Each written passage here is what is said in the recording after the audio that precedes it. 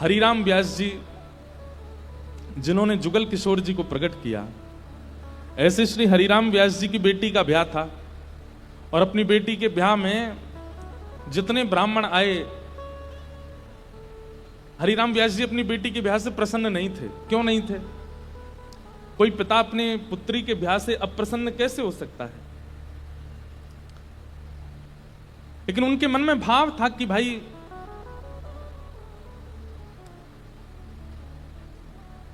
वृंदावन से बाहर क्यों जा रही हो? अपनी बेटी से कह रहे थे कि भाग्य होता है तब वृंदावन प्राप्त होता है, और तुम ब्याह करके अपने पति के साथ विदा होकर के वृंदावन से बाहर जा रही हो, ये मुझे अप्रिय लग रहा है। बेटी ने कहा, पिताजी ये तो स्वभाव है कि बेटी को बाहर जाना ही पड़ता है, और बाहर कहां, जहां पति का घर है वहां जाना पड़ेगा। तो हरिराम व्यास जी बोले, तुम्हारे पास दो उपाय हैं। बोले क्या? या तो पति से कहो कि वृंदावन में घर बना ले, या फिर उसी से ब्याह करो जो वृंदावन में रहता हो। पुत्री बोली, पिताजी अब सब बातें हो चुकी हैं और हमें भी जिससे ब्याह हो रहा है वो हमको बड़ा प्रिय है, अब हो जाने दो ब्याह, ठीक है आते रहेंगे वृंदावन। तो इस बात से इतने नाराज हो गए हरिराम व्यास जी कि तुमको व्यक्ति विशेष प्रिय है। अरे हरिराम व्यास जी तो ये तक बोल गए थे कि भाई लंगड़ा हो, वृंदावन का हो तो उससे ब्याह कर लो, कोई गुण ना हो लेकिन वृंदावन का तो ब्याह करो, क्योंकि वृंदावन रहने को मिलेगा।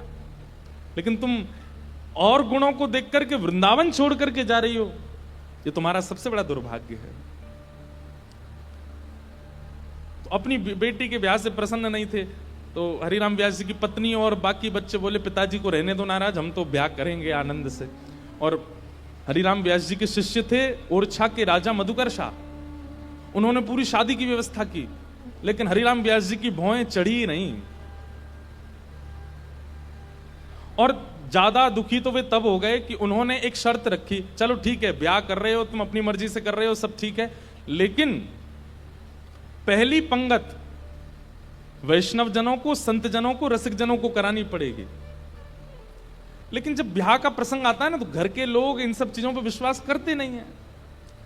घर के सब सदस्य बोले, पहली पंगत तो बारात की होगी। बोले पिताजी ने कहा संतों को कराओ। बोले बोलने दो उनको, तुम तो उन्हीं को करा दो। और रही बात संतों की, तो एक काम करते हैं, पहले ही पूड़ी कचौड़ी जो भी बना है दावत में, पहले ही निकाल करके अलग धर देते हैं, जब संत आएंगे उनको पवा देंगे। हरिराम व्यास जी को ये बात पता चल गई तो इतने नाराज हो गए। उनका एक पद भी है,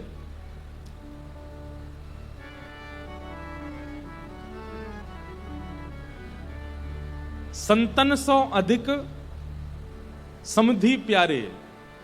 बोले संत इतने प्रिय नहीं है, वो समधी बहुत ज्यादा अच्छा लगता है, उसको तो गरम गरम खवा रहे हैं और संतों के लिए अलग निकाल दिया है।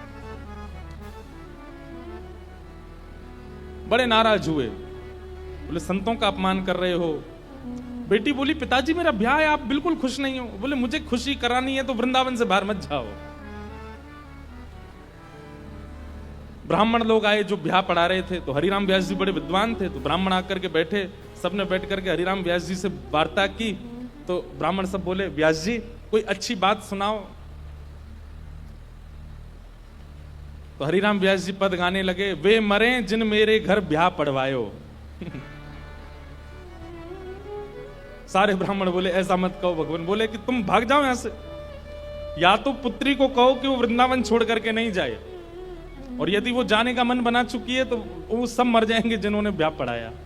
ब्राह्मण तो घबरा गए। फिर अंत में मधुकर शाह जो राजा थे ओरछा के, उन्होंने हरिराम व्यास जी को प्रणाम किया। बोले मैं जिम्मेवारी लेता हूं, आपके दामाद और बेटी बाहर नहीं जाएंगे, मैं यहीं घर बनवा दूंगा, वो यहीं रहेंगे। तब हरिराम व्यास जी प्रसन्न हुए।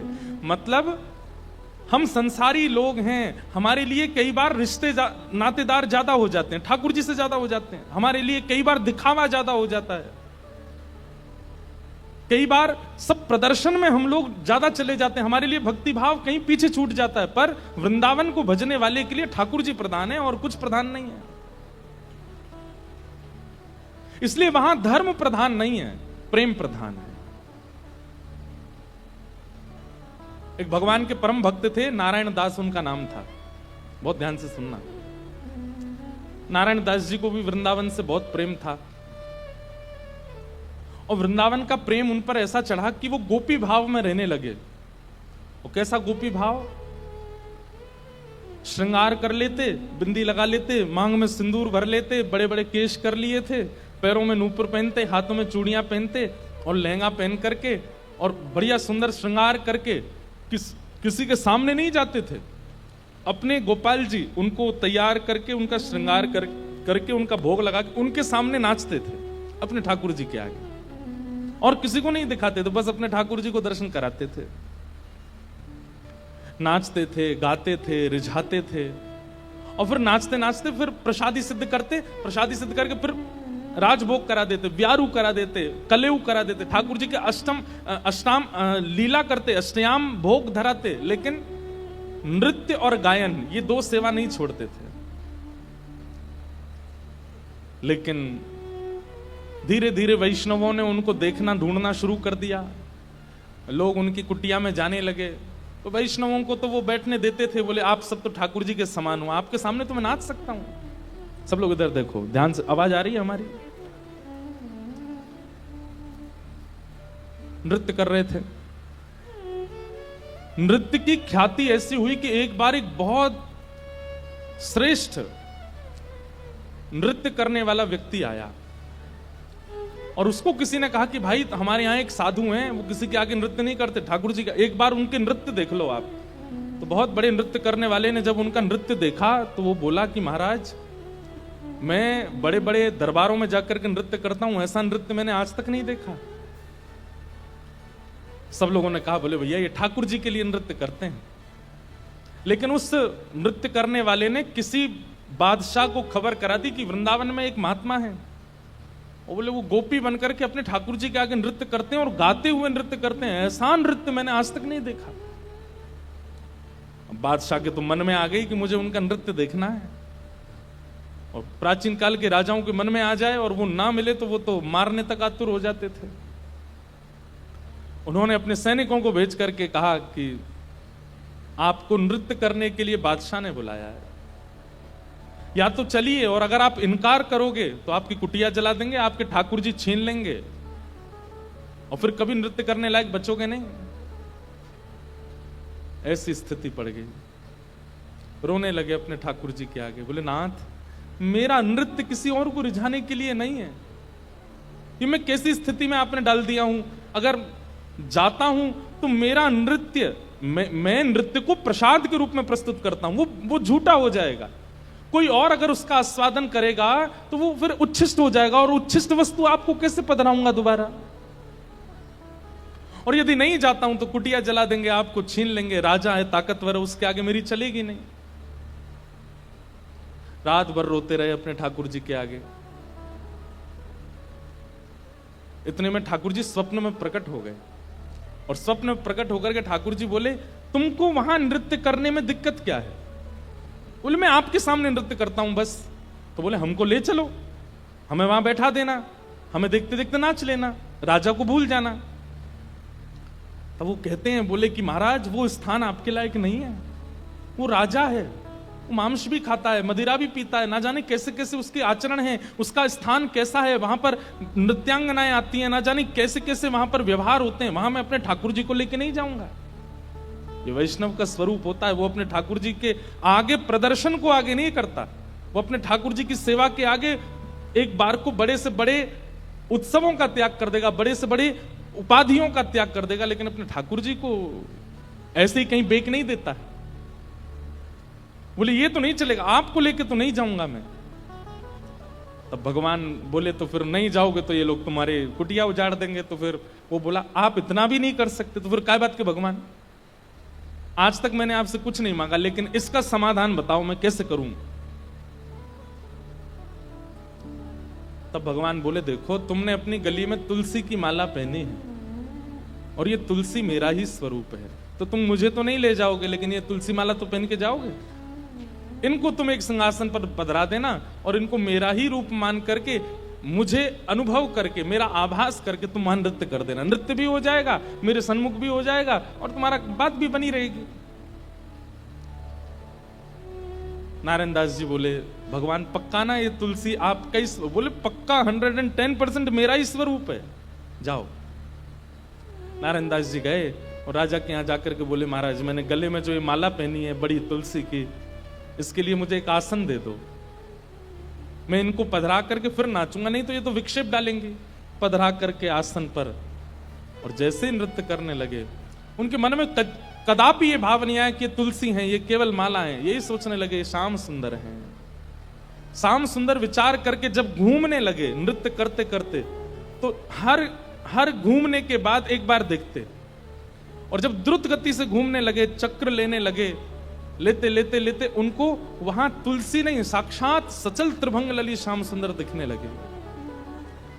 आज तक अपनी कुटिया में नृत्य किया था तो कभी ठाकुर जी ऐसे प्रत्यक्ष प्रकट नहीं हुए, लेकिन आज उस दरबार में ठाकुर जी प्रत्यक्ष प्रकट हो गए। क्यों? उनकी भावना से रीझ करके ठाकुर जी प्रकट हो गए, और जैसे ही ठाकुर जी प्रकट हुए वो चक्र लेते लेते लेते लेते लेते वहीं उन्होंने प्राण त्याग दिए और ठाकुर जी में विलीन हो गए। नारायण दास कहने का अभिप्राय क्या? वृंदावनियों को और वृंदावन भजने वालों को कई बार व्यवहार प्रधान नहीं होता, उनके लिए धर्म प्रधान नहीं है, उनके लिए अर्थ प्रधान नहीं है, उनके लिए काम प्रधान नहीं है, उनके लिए मोक्ष भी प्रधान नहीं है, उनके लिए केवल प्रेम प्रधान है। हमारे आप लोग जाएंगे तो आप क्या कहेंगे, कहां जा रहे हो? बोले बरसाने जा रहे हैं राधा रानी का दर्शन करने। लेकिन अगर कोर ब्रजवासी से पूछोगे कहां जा रहे हो, बोले बरसानो जा रहे हैं लाडली जी को दर्शन करवे। क्या बोलेंगे? लाडली जी। क्यों? प्रेम प्रधान हो जाता है, वहां पर भगवत तत्व की बात नहीं करते। कोर वृंदावनवासी से पूछोगे, आपसे पूछे कहां जाओ, राधा रमन जी दर्शन करने जा रहे हैं, पर बिल्कुल वृंदावनवासी होगा तो बोलेगो श्री लालजू को दर्शन करवे जा रहे हैं। और एक और बात बताऊं, और ज्यादा उपासक वृंदावन के वो क्या बोलेंगे? श्री जी को दर्शन करवे जा रहे हैं। श्री जी, हमारे वृंदावन में ठाकुर जी को भी श्री जी बोलते हैं, किशोरी जी को भी श्री जी, ठाकुर जी को भी श्री जी। श्री जी बोलते हैं तो समझो युगल का नाम बोला गया है, अकेली किशोरी जी नहीं है श्री जी। श्री जी माने ठाकुर जी और किशोरी जी दोनों। श्री माने राधा रानी और जी कौन है? बोले लाल जी, श्री जी। वृंदावन में प्रेम प्रधान है, धर्म अर्थ काम और मोक्ष नहीं है। वेदव व्यास जी महाराज को नारद जी महाराज यही बात समझा रहे हैं कि नारद जी, व्यास जी, आपने जितने भी ग्रंथ लिखे हैं सब में धर्म अर्थ काम और मोक्ष की प्रधानता बताई है, आपने अभी तक प्रेम की प्रधानता नहीं बताई, इसलिए आपका मन अशांत है। प्रेम की प्रधानता बताओ, प्रेम की प्रधानता करो। और वेद व्यास जी महाराज बोले, प्रेम की प्रधानता में क्या कहूं मैं? तब नारद जी कहते हैं, न यद वचश्चित्रपदम हरेर यशो जगत पवित्रम प्रगणित करहिचित तद्वायुषम तीर्थ मुशंति मानसा न यत्र हंसा निर्मत्य शिक्षय।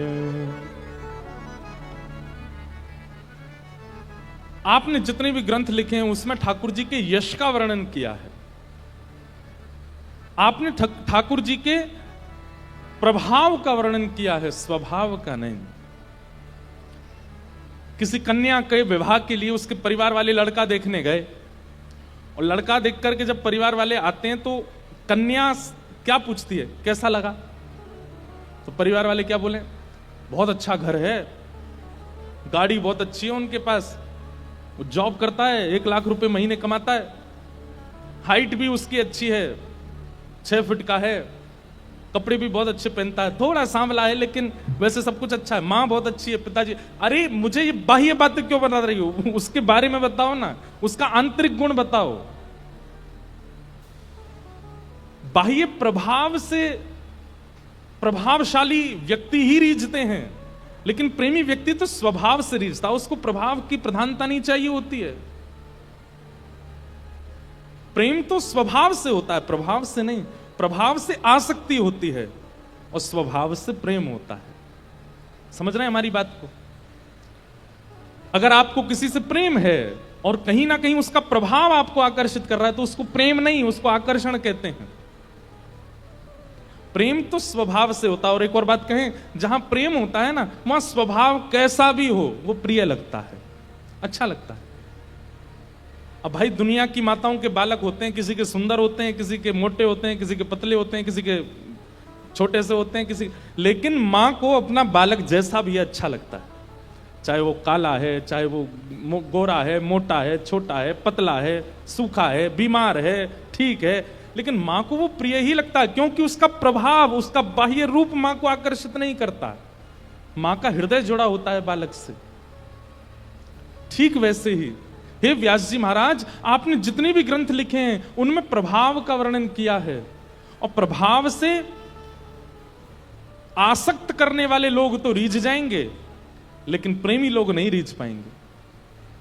आपने जितने भी ग्रंथ लिखे हैं, इन ग्रंथों को सुन करके, पढ़ करके कामनाओं की पूर्ति करने वाले लोग रीझ जाएंगे, यज्ञ अनुष्ठान करने वाले लोग रीझ जाएंगे, फल की प्राप्ति करने वाले लोग रीझ जाएंगे, लेकिन जिनका जीवन धन केवल प्रेम है वो कैसे रीझेंगे? उनके लिए तो आपको स्वभाव बताना पड़ेगा ठाकुर जी का।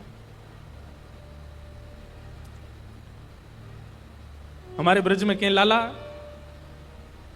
तू भगवान है।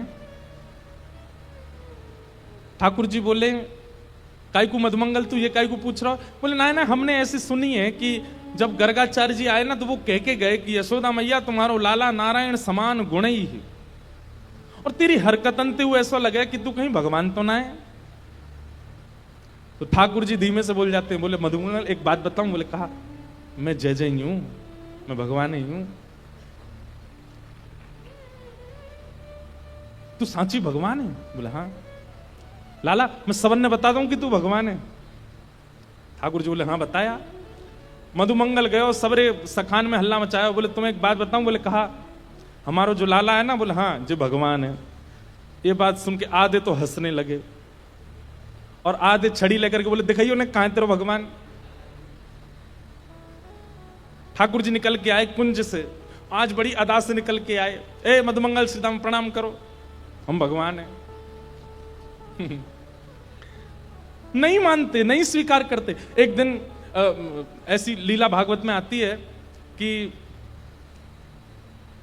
एक बार जागरण हुआ, ब्रज में जागरण कराया नंद बाबा ने।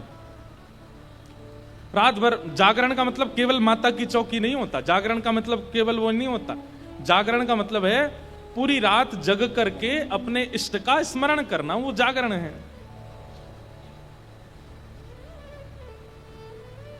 रात भर जागरण चला, तो जागरण के काल में जैसे ही थोड़े ब्रह्म मुहूर्त का समय हुआ, तब घड़ी तो होती नहीं थी, अंदाजा लगाया तो नंद बाबा को लगी कि भाई ब्रह्म मुहूर्त है, क्यों मैं स्नान करवे जाऊं। तो जैसे ही नंद बाबा ने यमुना जी में प्रवेश किया, तुरंत इनको यम के दूत ले गए, क्योंकि अब तो नहीं ऐसा होता, पर नदियों में भी स्नान करने का समय होता है। ब्रह्म काल से पहले अगर आप नदी स्नान करते हैं तो वो देवताओं का समय होता है, उस समय देवता स्नान करने आते हैं, उस समय नहीं करना चाहिए। और सूर्य उदय के बाद नदियों में स्नान का विधान राक्षसों का है, इसलिए तब भी नहीं करना, ब्रह्म मुहूर्त में ही करना चाहिए। और जब त्रिकाल संध्या और त्रिकाल स्नान का भाव है तब कोई ऐसी बात नहीं, पर प्रथम स्नान मानव का ब्रह्म मुहूर्त में ही होना चाहिए, ऐसा शास्त्र आज्ञा है। तो नंद बाबा देव काल में चले गए, और जैसे ही नदी में स्नान करने पहुंचे तो गंधर्वजन इनको पकड़ के ले गए। जब नंद बाबा बहुत देर तक नहीं आए तो सबने जाके ठाकुर जी से कही, तो ठाकुर जी गए और ठाकुर जी ने यमुना जी में प्रवेश करके गंधर्व लोक में जाकर के नंद बाबा को वहां से छुड़ाया और वापस लेकर के आए। तो जैसे ही नंद बाबा वापस आए तो सब ब्रजवासियों ने घेर लिया, सब लोग इधर देखो। सब ब्रजवासी बोले, बाबा तुम कहां चले गए? रात में गए, अब निकल के आए हो। मधुमंगल श्रीदाम बोले, बाबा हमें तो यूं बताओ, इतनी देर तुमने सांस कैसे ली भीतर, तुम चले कहां गए? बाबा बोले, भैया दो देवता मुझे पकड़ के ले गए, मैंने देव काल में स्नान कर लियो। बोले फिर? बोले कछु ना, बड़े बड़े महल बने, बड़े बड़े लंबे चौड़े देवता ऐसे सुंदर कि देखते रह जाओ। मैंने इंद्र को दर्शन किया, मैंने सबरे देवता देखे वहां पे। और फिर बाबा फिर कब आयो? बोले इतने में ही लाला आयो, और जैसे ही लाला आयो, लाला के आते सब या को प्रणाम करने लगे, सब या के चरणन में नतमस्तक है गए, सब या की बलैया लेने लगे, गंधर्वजन या की आरती करने लगे। बात तो सुनो पूरी। और सब ब्रजवासी टेढ़े टेढ़े देख रहे हैं, लाला है या पूछ रहे हम बे। या की पूजा कर रहे हो इंद्र? हम बे ठाकुर जी इतरा रहे सामने खड़े खड़े, बोले तुम्हें ही नहीं पूजा में सबरे पूजे हैं तीनों लोक में। सबरे बोले बाबा सच में यहाँ की पूजा भाई वहां पे? बोले हाँ। अब तो ठाकुर जी का यश बढ़ गया। अब तो महाराज निमंत्रण आने लगे घर घर से, लाला हमारे घर भोजन करवे आ जाइयो, हमारे घर सोवे आ जाइयो, हमारे घर शरबत पीवे आ जाइयो, छाछ पीवे। अब ठाकुर जी तो मधुमंगल सीतामा से कह रहे हैं, आज की भाषा में कहें तो अपॉइंटमेंट लेते जाओ कहां कहां जाना है। ठाकुर जी का यश हो गया इतना वृंदावन में कि भैया या तो देवता भी जाने। एक दिन सब ब्रजवासियों ने कही, लाला तू सांची भगवान है, तू सांची बता दे, सौगंध खा के तू सांची भगवान है। ठाकुर जी बोले, अगर मैंने बता दिया कि मैं भगवान हूं तो आप क्या करोगे? पूजोगे मुझे? लाला पूजेंगे तो ना भाई, तो तू भूल जा, लेकिन हमारी एक इच्छा है। बोले का एक बार वैकुंठ देखना चाहे, वैकुंठ है कैसो? लाला तू अगर सांची भगवान है तो एक बार वैकुंठ दिखाला हमें। ठाकुर जी बोले मेरे हाथ पकड़ो। सब रे ग्वाल बालन ने ठाकुर जी के हाथ पकड़े, बोले नेत्र बंद करो। जैसे ही नेत्र बंद किए, अंतर ध्यान सब ग्वाल वालों को लेकर के ठाकुर जी को सीधे वैकुंठ पहुंच गए। हाँ भाई सबरे नेत्र खोलो। जैसे ही नेत्र खोले तो विशाल स्वर्ण का किवाड़ लगी है और जय विजय राजा, जय विजय द्वारपाल खड़े हैं। ठाकुर जी के जाते सब जय जयकार करने लगे, द्वार खुल गए, पुष्प वर्षा हो रही है, सहनाइयां बज रही हैं, मृदंग बज रहे हैं, सुंदर गाजे बाजे हो रहे हैं। सब देवी देवता दौड़े दौड़े आ रहे हैं, कोई कमल लेकर के आ रहे हैं, कोई माला लेकर के आ रहे हैं, कोई अक्षत लेकर के आ रहे हैं, कोई अगरबत्ती धूप बत्ती कर रहे हैं। ठाकुर जी की जय जयकार हो रही है। मधुमंगल श्री दामा सबरे बोले, लाला ने परिचय तो करा दे। ठाकुर जी बोले, देख वो सामने खड़ो तुम्हारो इंद्र, जाए तुम इतने सालन से पूज रहे, वो खड़ो इंद्र। बोले लाला ये इंद्र है? बोले हाँ। या के हाथी पे हमें बैठा दे एक बार। ठाकुर जी बोले, इंद्र इधर आओ, अपने हाथी को लेके आओ। हाथी आ गया, ऐरावत हाथी। सब रे ग्वाल बाल चढ़ गए उसके ऊपर। ठाकुर जी लेकर के पूरे वैकुंठ में घुमा लाए, नीचे उतर गया। बोले लाला बहुत जोर को हाथी है, या ले चल वृंदावन, अपने पास ही धरेंगे, वहीं घूमे करेंगे। यहाँ पे ऐरावत हाथी की बहुत सारी सूंड हैं और अद्भुत उसका स्वरूप है, श्वेत रंग का वो है।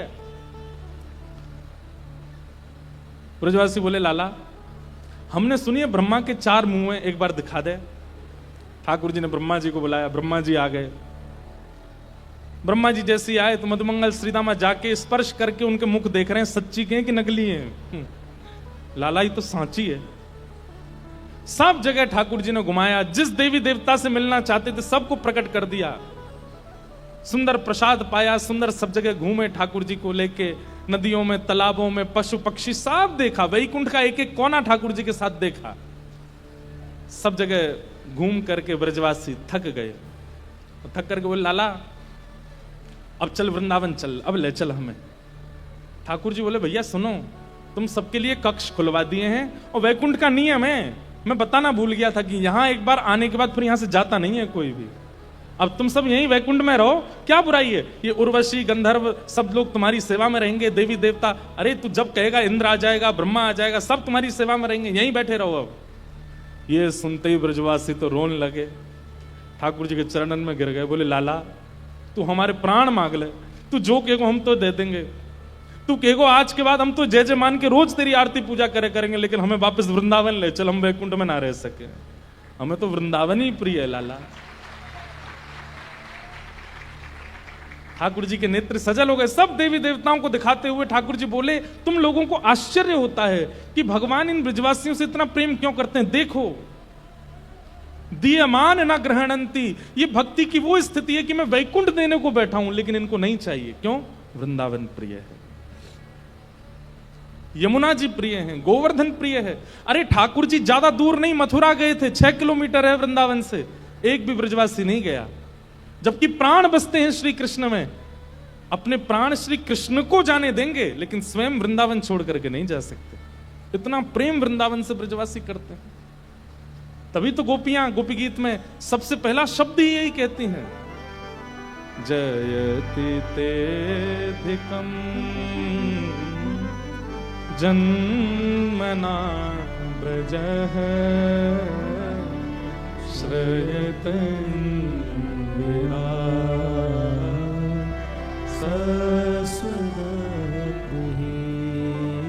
हमारी एक बात बहुत ध्यान से सुनिएगा। प्रेमी भक्त के 3 प्रेम हैं। जब वो 3 प्रेमों में निपुण हो जाता है ना, जब चौथा प्रेम ठाकुर जी उसको देते हैं। सबसे पहला नाम के प्रति प्रेम। ठाकुर जी का नाम यदि सुन ले तो सुध बुध खो जाए अपने। नाम का मतलब यह नहीं होता कि कहीं कीर्तन चल रहा हो, कथा भी तो नाम है। उल्लासनगर के वसंत दरबार में कथा हो रही है और आप घर पर बैठ करके आनंद कर रहे हो, यह प्रेमी भक्त के साथ हो ही नहीं सकता, वो विचलित हो जाएगा। मुझसे इतनी दूरी पर, यहां पर कितने वैष्णव, आज हमने तो बोला भी नहीं था कि मैं आज मिलूंगा, फिर भी इतने लोग आए आज। कहां कहां से, 3 घंटा दूर, 2 घंटे दूर, 4 घंटे दूरी से। क्यों? ये नाम के प्रति प्रेम है। आप अपने 100 काम छोड़ देंगे लेकिन ठाकुर जी की लीला कथा नाम नहीं छोड़ सकते। सबसे पहला प्रेम नाम के प्रति। दूसरा प्रेम लीला के प्रति प्रेम। मतलब जैसी कोई लीला सुनाई जाती, अभी हमने ये वैकुंठ दर्शन लीला सुनाई, तो ये लीला सुनते ही नेत्र बंद हो गए, वो प्रत्यक्ष दिखने लगा। ठाकुर जी कैसे जा रहे हैं, मधुमंगल ने कैसे हाथ पकड़ा होगा, इंद्र के ऐरावत हाथी पर कैसे बैठे होंगे, और फिर वापस ब्रज आने के लिए कैसे रोने लगे होंगे सब ब्रजवासी। ये लीला तुरंत मन में स्फुरित होने लग जाए। ये लीला के प्रति प्रेम, नाम के प्रति प्रेम, लीला के प्रति प्रेम और धाम के प्रति प्रेम। कोई कह दे कि मैं वृंदावन जा रहा हूं तो उसके प्रति ऐसी भावना आने लग जाए, कितना सौभाग्यशाली वृंदावन जा रहा है। कोई कह दे कि मैं वृंदावन से आ रहा हूं तो उसके प्रति यह बात होने लग जाए कि इसके मोतियों से आरती उतार लूं, वृंदावन से आया है। ऐसा धाम के प्रति स्नेह। ये 3 प्रेम अगर आपके चित्त में प्रकट हो गए, नाम के प्रति, लीला के प्रति और धाम के प्रति, तो फिर ठाकुर जी चौथा प्रेम स्वयं देते हैं, अपने रूप के प्रति, अपने स्वरूप के प्रति। ठाकुर जी अपना रूप दे देते हैं। रूप के प्रति प्रेम मतलब अपने आप को प्रकट कर देते हैं आपके सामने।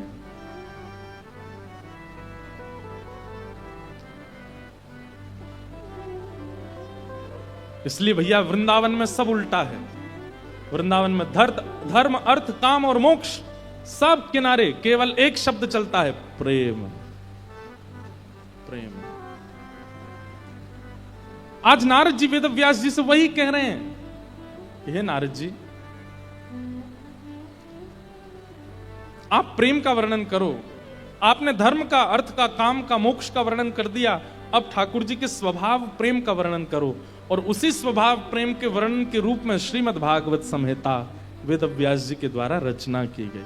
बोलो भागवत महापुराण की जय। श्रीमद् भागवत ज्ञान भी दे सकती हैं, श्रीमद् भागवत वैराग्य विरक्ति भी दे सकती हैं, लेकिन श्रीमद् भागवत जी से यदि प्रेम प्राप्त नहीं हुआ तो आपने कुछ प्राप्त नहीं किया। दीनता आ जाए, प्रेम आ जाए, सहजता आ जाए, सरलता आ जाए, निर्मलता आ जाए, तब समझो कि आप भागवत के आश्रय में रहे हो।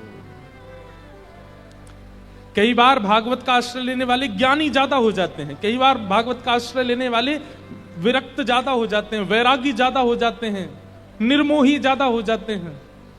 लेकिन श्रीमद् भागवत के आश्रय लेने वाला तो प्रेमी हो जाए, प्रेम से ओतप्रोत हो जाए।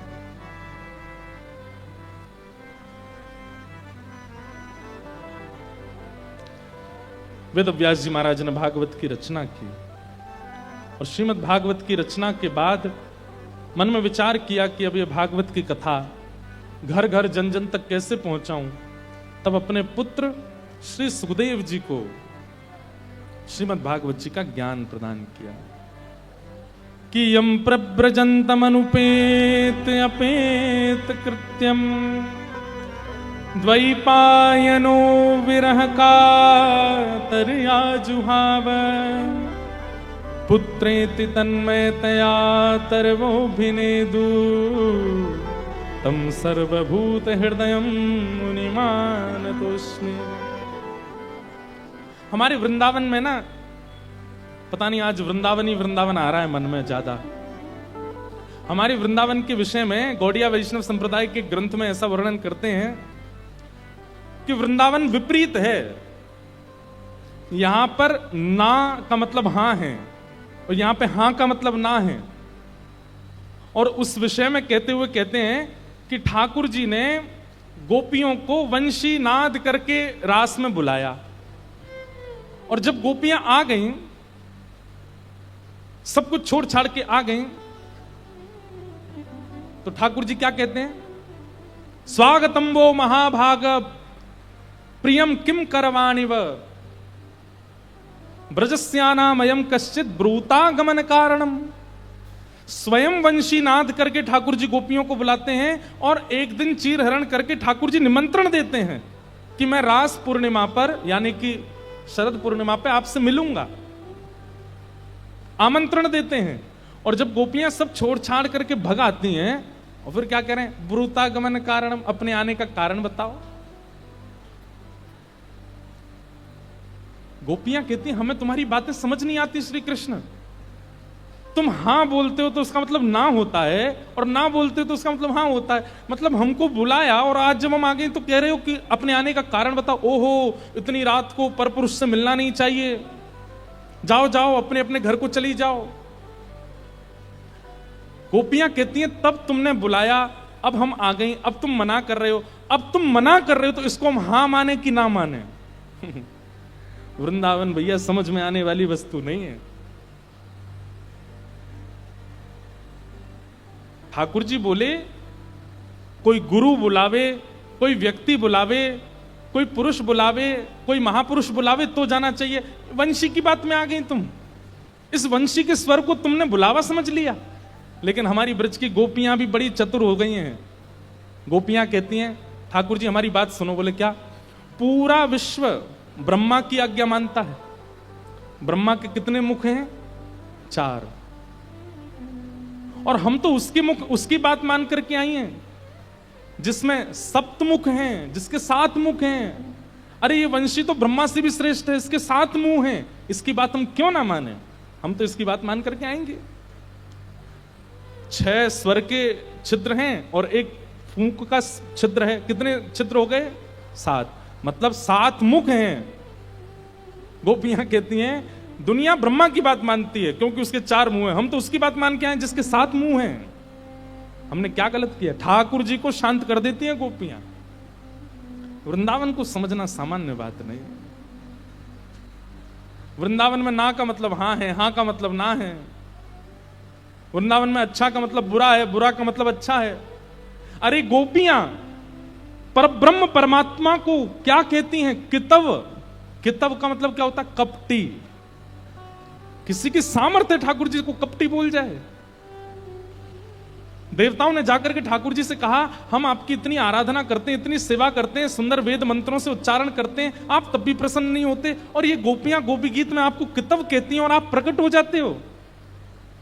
ठाकुर जी कहते हैं ये ब्रजमंडल है, यहां पे गाली ही स्तुति है, यहां पे गारी ही स्तुति, और स्तुति गारी है।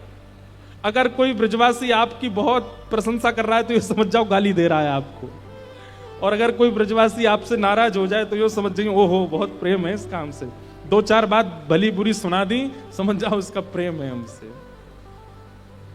आहा, ये वृंदावन है।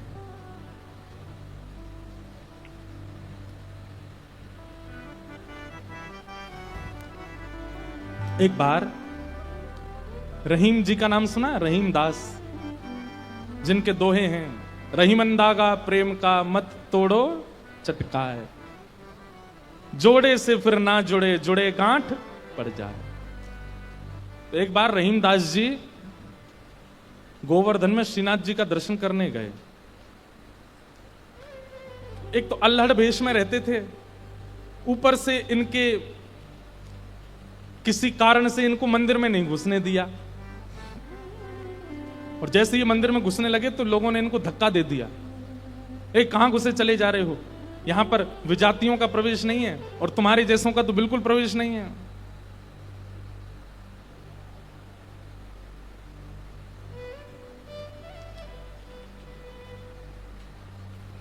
रहीम जी को इतना क्रोध आया, ठाकुर जी को ही सुनाने लगे बाहर बैठ करके। बोले आप कैसे परमात्मा हो, कैसे स्वामी हो, कैसे भगवान हो? इतनी दूर से मैं चल करके आया और आप मुझे दर्शन नहीं दे रहे हो, लोगों के द्वारा मुझे बाहर करवा रहे हो। इतने क्रोध में आ गए श्री रहीम जी। ठाकुर जी भीतर खड़े खड़े उनको पसीना आने लगा, बाहर खड़े खड़े रहीम जी गुस्सा कर रहे हैं। गोसाई जी भोग लेकर के गए, पर्दा जैसे किया, ठाकुर जी बोले हमको नहीं पाना। ठाकुर जी कुछ और बना के ले आऊं, ठाकुर जी बोले हमको वो भी नहीं पाना। गोसाई जी को लगा ठाकुर जी बहुत नाराज हैं, 56 भोग बनाओ। 56 भोग लेकर के गए, ठाकुर जी बोले बिल्कुल नहीं पाना, हमारा मन नहीं है। स्पष्ट ठाकुर जी बता भी नहीं रहे कि बात क्या है, लेकिन जो जो गोसाई जी प्रस्तुत कर रहे हैं सबके लिए मना करते जा रहे हैं, मुझे नहीं पाना। अंत में गोसाई जी ने कहा, बोले जय जय, कोई अपराध बना हमसे? ठाकुर जी मुंह फुला के बैठे हैं, कुछ नहीं बोले। बोले मैं क्यों बताऊं? गोसाई जी समझ गए, बोले कि ओहो कोई अपराध ही बना है। तुरंत सबको बुलाया, बोले भैया आज किसी का अपमान किया, किसी का अपराध किया, कुछ हुआ था क्या दिन भर में? तब द्वारपालों ने बताया, बोले महाराज आज एक आया था, वो विजातीय था, उसके वस्त्र भी अच्छे नहीं थे, वो देखने में भी अजीब सा लगा, हमको लगा मंदिर में जाके उपद्रव करेगा, इसलिए हमने घुसने नहीं दिया, हमने उसको निकाल दिया। गोसाई जी समझ गए, बोले ओहो उसी के लिए ठाकुर जी ऐसे हो रहे हैं। वो निश्चित ही ठाकुर जी का कोई परम भक्त है, और उसको ठाकुर जी, वो ठाकुर जी का दर्शन करने नहीं आया था, ठाकुर जी ने उसको देखने के लिए बुलाया था, ठाकुर जी देखना चाहते थे, और तुमने उसको यहां से बाहर कर दिया। अब एक काम करो, बोले क्या? सुंदर प्रसाद बनाओ, प्रसाद बना करके सिद्ध करके, वो यहीं कहीं बैठे होंगे, ज्यादा दूर गए नहीं होंगे, उनको लेके आओ। मंदिर में प्रसाद सिद्ध हो रहा था रहीम जी को प्रसन्न करने के लिए, लेकिन ठाकुर जी इतने व्याकुल हो गए, बोले अभी तो चूल्हा जलाएंगे, कढ़ाई धरेंगे, तब कुछ बनाएंगे, तब तक रहीम जी वृंदावन पहुंच जाएंगे। इतने में ठाकुर जी ने क्या किया, ठाकुर जी के सामने जो सोने की थाल में प्रसाद रखा था, ठाकुर जी ने वो थाल उठाया बड़ा सा और अपने कंधे पर रखा, खुद ही चले गए, स्वयं ही चले गए। यहां रहीम जी गोविंद कुंड पर बैठे थे, खूब गुस्सा हो रहे थे, ठाकुर जी को भली बुरी सुना रहे थे।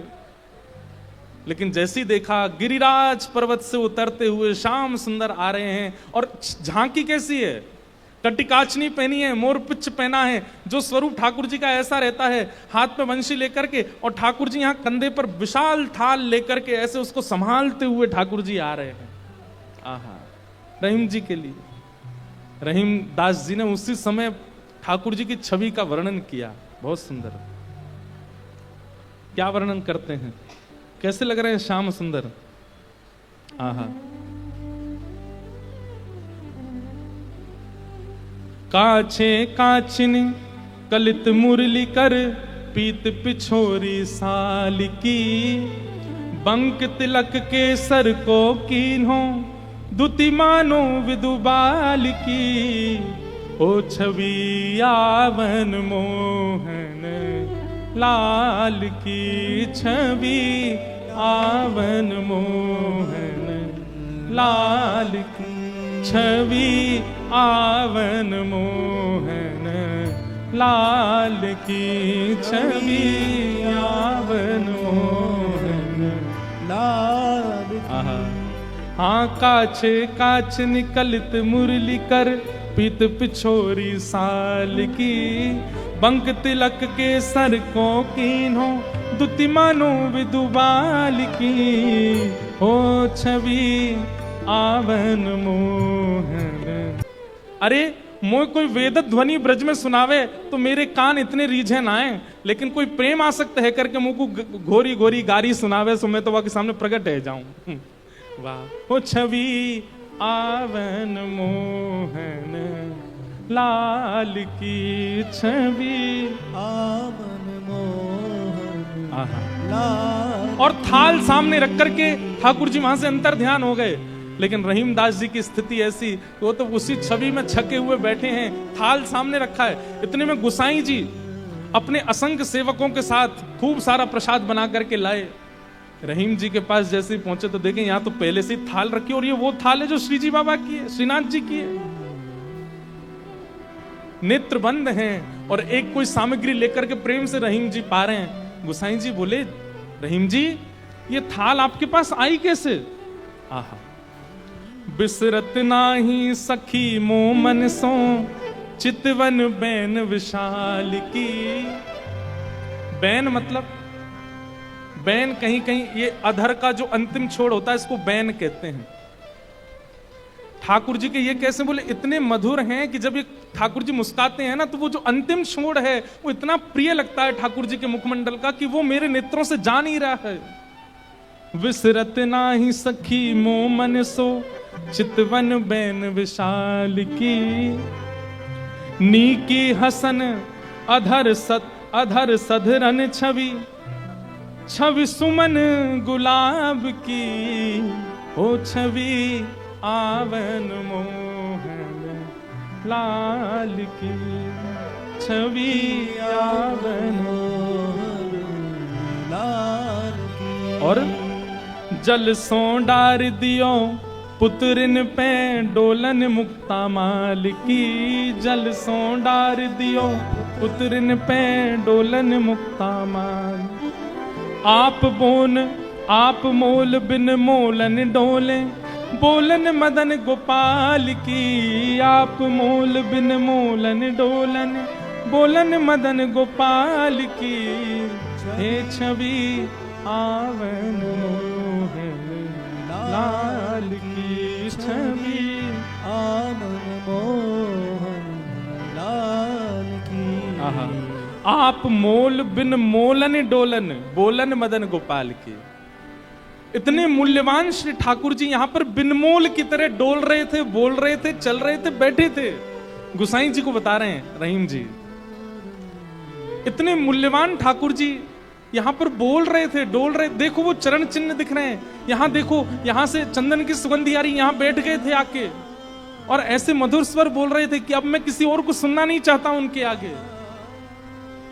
अरे यह स्वरूप निरखे सोई जाने, अरे जिसने वो स्वरूप देखा होगा, यह स्वरूप निरखे सोई जाने, यही रहीम के हाल की, यह स्वरूप निरखे सोई जाने, यही रहीम के हाल की, ओ छवि आवन मोहन लाल की, छवि आवन लाल की। वहां रहीम जी के नेत्र सजल हैं और यहां गुसाई जी के सुनते सुनते नेत्र सजल हो गए। वाह ठाकुर जी, आपकी लीला। यहां हम इतनी सामग्री सिद्ध कर रहे थे रसोई में, लेकिन आपसे इतनी प्रतीक्षा भी नहीं हुई, आप अपनी थाल लेकर के आ गए और ऐसी लीला करके गए रहीम दास जी के पास आकर के। ऐसे हमारे ठाकुर जी। वृंदावन धर्म, अर्थ, काम और मोक्ष सबसे परे है। वृंदावन के लिए तो केवल प्रेम जागृत हो जाए चित्त में, अत्यंत प्रेमी हो जाओ आप, और वो प्रेम ऐसा छकेगा। आप प्रेमी हो गए, इसका प्रमाण क्या है? अरे श्याम वर्ण की कोई वस्तु कहीं दिख जाएगी, ऐसा लगने लगेगा ये कितने सौभाग्यशाली कि इनका श्याम वर्ण है, कृष्ण ने अपना वर्ण दे दिया। किसी में दोष नहीं दिखेगा, सब में गुण दिखने लग जाएगा। मौन रहने का मन करने लगेगा। जब जब कृष्ण नाम ध्वनि होगी, ताल कैसी, स्वर कैसा, राग कैसा, उस पर ध्यान नहीं जाएगा, बस नृत्य करने का मन करेगा। वाणी गदगद हो जाएगी, सुनते सुनते कथा नेत्र सजल हो जाएंगे। प्रेम के बड़े लक्षण हैं, वो सब लक्षण धीरे धीरे प्रकट होने लग जाएंगे। बस वो प्रकट होने लग जाएं, फिर उसके बाद कहीं और मत रहिए, फिर तो वृंदावन आ जाइए, क्योंकि और कहीं रहेंगे तो पागल घोषित कर दिए जाओगे। केवल वृंदावन स्वीकार करेगा फिर। हो छवि आवन मोहन लाल की, छवि आवन मोहन लाल की। वेद व्यास जी महाराज ने भागवत जी की रचना की और विचार किया कि घर घर में जन जन तक कैसे पहुंचाऊं। तब अपने पुत्र सुखदेव का स्मरण आया, जो जन्म लेते ही वन में चले गए थे। उन श्री शुकाचार्य जी को बुला करके वेद व्यास जी महाराज ने ये भागवत जी का सार उन्हें बताया। पहले हम विस्तार से बता चुके हैं कई बार कि सुखदेव जी कहां थे, कैसे आए, आदि आदि। और अब यहां से महाभारत का प्रसंग प्रारंभ होता है। यदा मृधे कौरव संजयानाम वीरे स्वथो वीर गतिम गतेषु ब्रकोदरा विग्ध गदा विमर्श भृगुनूरुदंडे धृतराष्ट्र पुत्रे। महाभारत की कथा क्यों सुनाई गई? बोले सुखदेव जी को जब वेदव्यास जी ने भागवत का सार दिया तो उन्हीं सुखदेव जी ने यही भागवत की कथा परीक्षित को सुनाई। तब प्रश्न किया महाराज जी परीक्षित कौन है? तो परीक्षित की कथा के उदय के लिए महाभारत का थोड़ा अंश सुनाना पड़ेगा, और यहां महाभारत का थोड़ा अंश कहा गया। अब मेरे स्थिति ऐसी है कि अभी मुझे गंभीर भाव में जाने का मन हो नहीं रहा है। वृंदावन के भाव ऐसे चल रहे हैं मन में, और यहां गंभीर भाव की अब कथा है। और उसके पीछे कारण यह है कि अभी हम पिछले 7 दिन इतना वृंदावन का रस बोल करके आए हैं, लीलाएं बोल के आए हैं कि उसमें अचानक प्रवेश करने में मैं बच रहा हूं, इसलिए बार बार घूम के वृंदावन की कोई बात बोल रहा हूं। लेकिन कथाक्रम है, उसको पूरा करना है। महाभारत युद्ध अपने अंत, हम इसमें भी वृंदावन को प्रकट कर देंगे। सुनो, महाभारत का युद्ध अपने अंतिम स्थिति पर चल रहा था। दुर्योधन और भीम के बीच में युद्ध हो रहा था। तभी ठाकुर जी की आज्ञा से भीम ने दुर्योधन की जंघा पर प्रहार किया और जंघा टूट गई दुर्योधन की। महाभारत का युद्ध पांडव जीत गए। लेकिन दुर्योधन मरा नहीं है, अभी जांग टूटी थी उसकी, खड़े रहने लायक नहीं बचा था।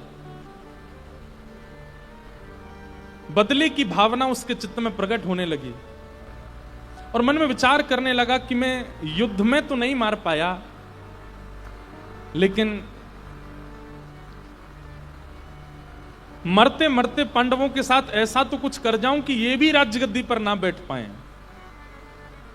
बंधुओं, एक बात हमारी बहुत ध्यान से सुनो, इधर देखो सब लोग। इस प्रकार की भावना यदि कभी मन में आती है बैठे बैठे लेटे लेटे कि मुझे नहीं मिला तो उसको भी नहीं मिलना चाहिए,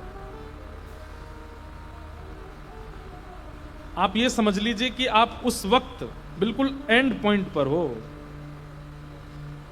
स्वधर्म, स्वभाव, मधुरता सब खत्म हो चुकी है आपके अंदर, तभी ये भाव प्रकट हुआ है। आप सब अपने आप को भली भांति जानते हैं। हम आपको चेतावनी दे रहे हैं, कभी भी ऐसी भावना अगर चित्त में आ जाती हो, मैं नहीं बैठ पाया या मुझे नहीं प्राप्त हुआ, मैं नहीं हासिल कर पाया, तो उसको भी नहीं होना चाहिए। देखो, मजाक के रूप में हो तो अच्छा है, उसमें कोई दिक्कत नहीं। जैसे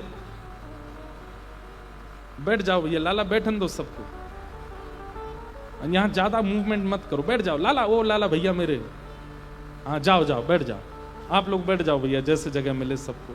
हम क्या बता रहे थे, ध्यान से सुनो।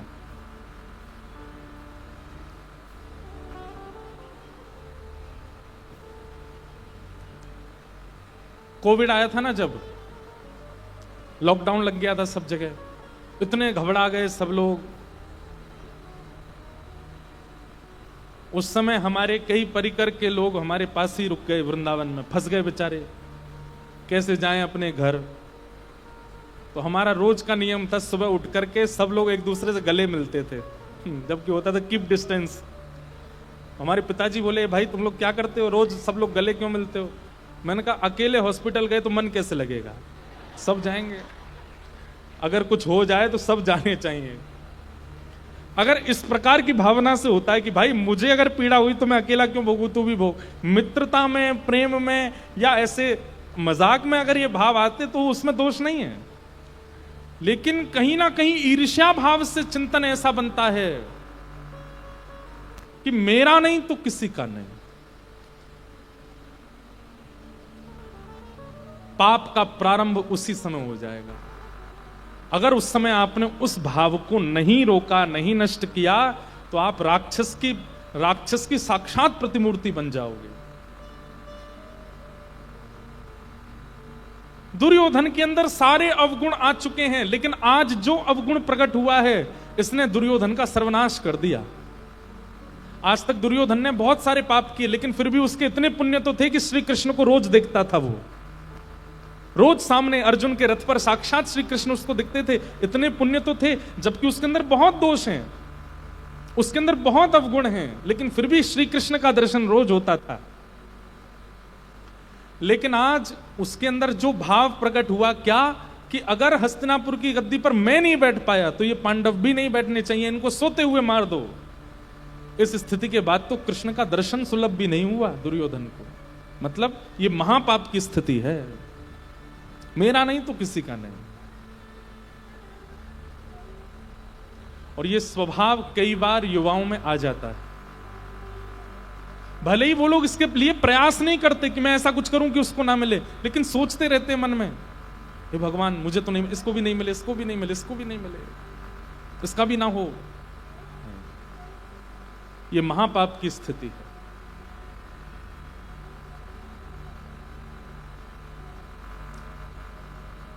दुर्योधन की जंघा टूट गई और दुर्योधन उस समय अश्वत्थामा से कहता है, अश्वत्थामा बहुत हो गया धर्म युद्ध, अब अधर्म युद्ध होना चाहिए। और वो कैसे होगा? बोले रणभूमि में नहीं मार पाए हम 500 पांडवों को, लेकिन सोते हुए 500 पांडवों को मार सकते हैं। हस्तिनापुर की गद्दी पर अगर हम नहीं बैठे तो ये भी नहीं बैठ पाएंगे, हम इनको भी लायक नहीं छोड़ेंगे, जाओ सोते हुओं को मार दो। और अश्वत्थामा ने भेज दिया। इससे कहते हैं अपने दुख से कम दुखी हैं, दूसरे के सुख से ज्यादा दुखी हैं, वो प्रसन्न क्यों है? अश्वत्थामा अर्धरात्रि में गया, लेकिन ठाकुर जी पांडवों को लेकर के कहीं और चले गए, सोते हुए द्रौपदी के 5 पुत्रों को मार दिया। अब देखो इससे क्या समझ में आया कि ऐसे विचारधारा से क्रिया करने वाले से पाप नहीं फिर महापाप होता है। निर्दोष द्रौपदी के 5 छोटे बालक मार दिए अश्वत्थामा ने, महापाप किया, बाल हत्यारा हो गया वो।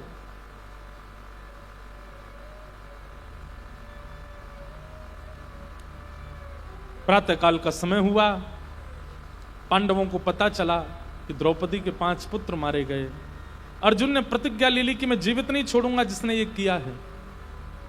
ठाकुर जी बोले, अर्जुन इतनी शीघ्रता में निर्णय मत ले, नहीं तो तुझ में दुर्योधन में अंतर क्या है।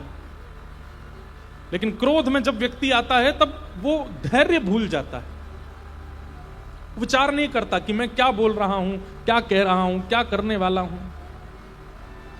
हमारा सबसे बड़ा शत्रु कौन है? क्रोध। क्योंकि गुरुजनों के सन्निधि में रह के कथाएं सुन के हमने जितना सुधारा अपने आप को, सब बिगड़ जाता है क्रोध के समय पर। आप इसको ऐसा ही मानो, ट्यूशन भी पढ़ा था, स्कूल भी गए थे, एक्स्ट्रा क्लासेस भी ज्वाइन की थी, पर एग्जामिनेशन पेपर आती सब भूल गए। क्रोध क्या है और क्रोध की स्थिति क्या है? ये कथाएं सुनने का, कीर्तन करने का, नाम जप करने का, तिलक लगाने का, कंठी मालाएं पहनने का, एकादशी व्रत करने का, इन सब की परीक्षा है। वो स्थिति ऐसी जानबूझ के बनवाते हैं ठाकुर जी की आपको क्रोध आए और आप कोई गलत निर्णय लो, ताकि आपको पता चले कि आपके द्वारा किए गए क्रियाएं कितनी फलीभूत हुई हैं। इसलिए क्रोध में अपने आप को संभाल लिया कीजिए। क्रोध आना बुरी बात नहीं है, सबको आता है, हमें भी आता है। पर क्रोध में एक चीज हमने पिछले 9 साल में कथा करते करते एक चीज हमने सीख ली, क्रोध में मौन हो जाना। जब क्रोध आता है तो मौन हो जाना। और क्रोध में दूसरी चीज होती है स्वीकार कर लेना, जो है ठीक है, विवाद ना करना। और बाकी परिस्थिति के अनुसार होता है। लेकिन सबसे बड़ा एक गुण भागवत जी की कृपा से आया, इतने लोगों के बीच में कह रहा हूं कहीं ये चला ना जाए, क्योंकि शास्त्र आज्ञा करते हैं भीड़ में गुण का वर्णन करने से गुण घटता है और भीड़ में दोष का वर्णन करने से दोष घटता है। तो कहीं एक गुण चला नहीं जाए, भागवत जी रक्षा करें। लेकिन क्रोध में मौन रहने का मन होता है और ये अच्छा है, बहुत निर्णयों में सहायक होती है ये बात। ठाकुर जी अर्जुन को समझा रहे हैं, अर्जुन क्रोध मत कर, लेकिन अर्जुन ने ठाकुर जी की सुनी नहीं, प्रतिज्ञा ले ली कि मैं जीवित नहीं छोड़ूंगा।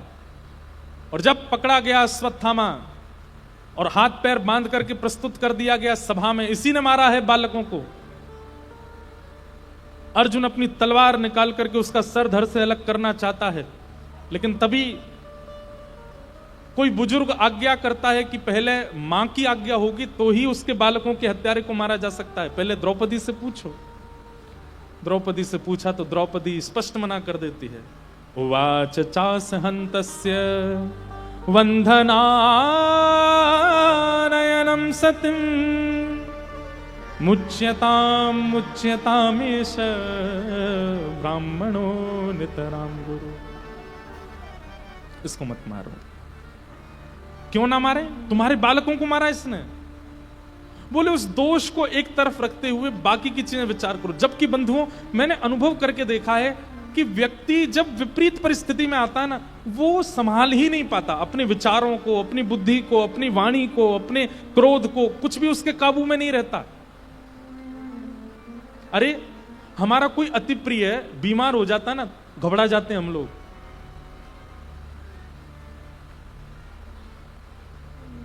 उस समय पता चलता है कि आपका सत्संग कितना फला आपको। वो धैर्यता जो आपकी नष्ट हो जाती है ना हृदय की, वो बताता है कि आपकी एकादशी सारी व्यर्थ थी, केवल दिखावा था, कुछ नहीं हो पाया।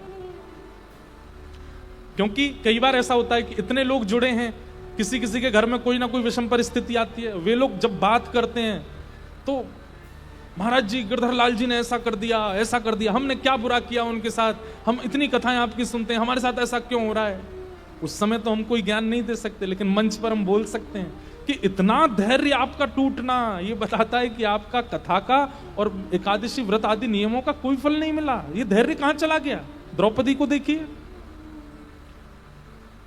ठाकुर जी क्यों रीझ गए द्रौपदी से? उसके 5 बालक मरे पड़े हैं सामने, और वो द्रौपदी क्या कह रही है? इसको मत मारो। क्यों? हमारे गुरु का बेटा है, और गुरुपुत्र गुरु समान होता है। आत्मा वही जायते पुत्र अर्जुन। विचार करो, जिन्होंने धनुष उठाना सिखाया, बाण रखना सिखाया, चलाना सिखाया, वो गुरु जिनकी वजह से तुम गांडीव धनुषधारी अर्जुन कहलाते हो, उनका पुत्र है वो। उसको मत मारो। दूसरी बात द्रौपदी कहती है, ये भी किसी मां का बेटा है।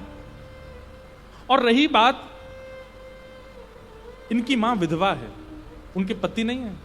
हमारे गुरु मारे जा चुके हैं युद्ध में, मां विधवा, एक पुत्र है बस, और इसको भी मार दोगे तो वो अकेली नारी। मेरा कष्ट मुझे दिख रहा है, मेरे 5 बालक मरे, पर मुझे संभालने के लिए 5 पति हैं। इनके पुत्र को तुम मार दोगे, इसको मार दोगे, इनकी मां को कौन संभालेगा? उनके पति भी नहीं है और बेटा भी नहीं है। मेरी हाथ जोड़ के प्रार्थना, इसको मत मारो। ठाकुर जी उस समय इतने गदगद हो गए, इतने प्रसन्न हो गए, प्रेमाश्रु, ठाकुर जी के नेत्र लाल पड़ गए और धीमे धीमे अश्रु गिरने लगे ठाकुर जी के नेत्रों से। बोले गीता सुनाई अर्जुन को, लेकिन फली द्रौपदी को है। आज इसका निर्णय देखो। भगवान ने भरी सभा में द्रौपदी को हृदय से लगाया। बंधुओं, अनुकूल परिस्थिति में आप क्या निर्णय लेते हो, क्या खाते हो, क्या पीते हो, कहां बैठते हो, क्या एक प्रकार से ये समझो ये चीटिंग है। बहुत ध्यान से समझिएगा। आप जैसा चाहते हो खा रहे हो, जहां चाहते हो बैठते हो, जहां चाहते हो घूमते हो, जैसे चाहे सोते हो, जिससे चाहो मिलते हो। ये एक प्रकार से मानो कि क्लास टीचर की सिर उस तरफ घूमा हुआ और आप चीटिंग कर करके पूरा क्वेश्चन हल कर रहे हो। लेकिन जैसे क्लास टीचर आपकी ओर देखेगा, पेन हिल नहीं पाएगा आगे। जब प्रतिकूल आती हैं परिस्थितियां, तब समझो ठाकुर जी आगे चेयर लगा के बिल्कुल आंख में आंख गाड़ के देख रहे हैं। बोल अब कर, अब क्या करेगा?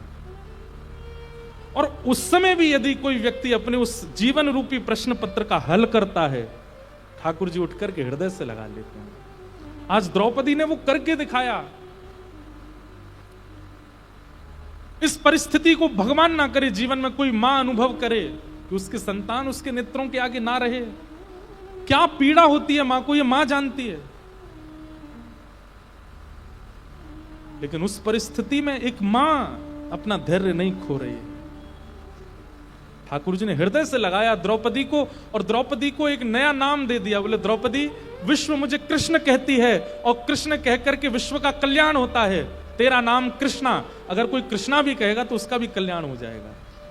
आज तेरी परिस्थिति देख करके मैंने अनुभव किया, कृष्णा नाम द्रौपदी का है। निरीक्ष कृष्णाप कृतम गुरु सुतम वामस्व भावा कृपया नाम च। कृष्णा नाम है द्रौपदी का।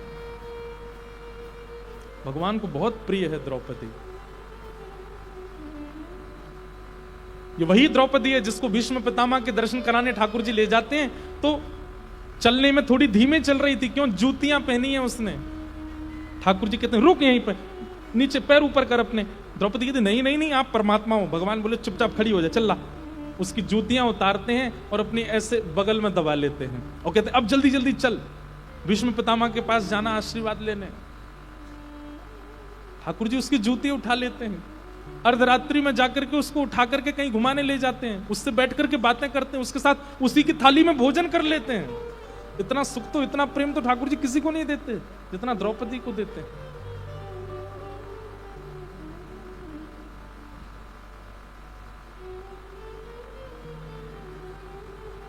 जब बालक समतल भूमि पर चलना सीख जाता है ना, तो मां उसको फिर सीढ़ियों पर लेके जाती है, अब इस पर चढ़ के दिखा। और जब उस पर भी चढ़ जाता है तो मां बड़ी प्रसन्न हो जाती है। ठीक वैसे ही ठाकुर जी को जब पता चल जाता है अब ये अनुकूल परिस्थिति सह लेता है, तो फिर प्रतिकूलता देते हैं।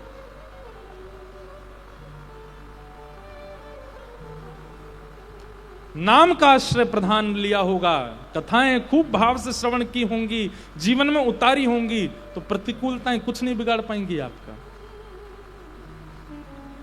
द्रौपदी मना करती है इसको मत मारो, और भगवान बड़े प्रसन्न हो जाते हैं। अर्जुन भगवान से पूछता है तो ठाकुर जी कहते हैं ब्रह्म बंधुर न हंतव्य आतताई बधारण, इसको मत मारो। तो भरी सभा में सिर के केश मूड़ करके, दाढ़ी मूड़ करके अश्वत्थामा को निकाल दिया। लेकिन अश्वत्थामा अपनी बदले की आग में जल रहा था। जलता रहे, कई लोग कहते हैं उसको हमने छोड़ दिया वो फिर से ऐसा करेगा, करता रहे।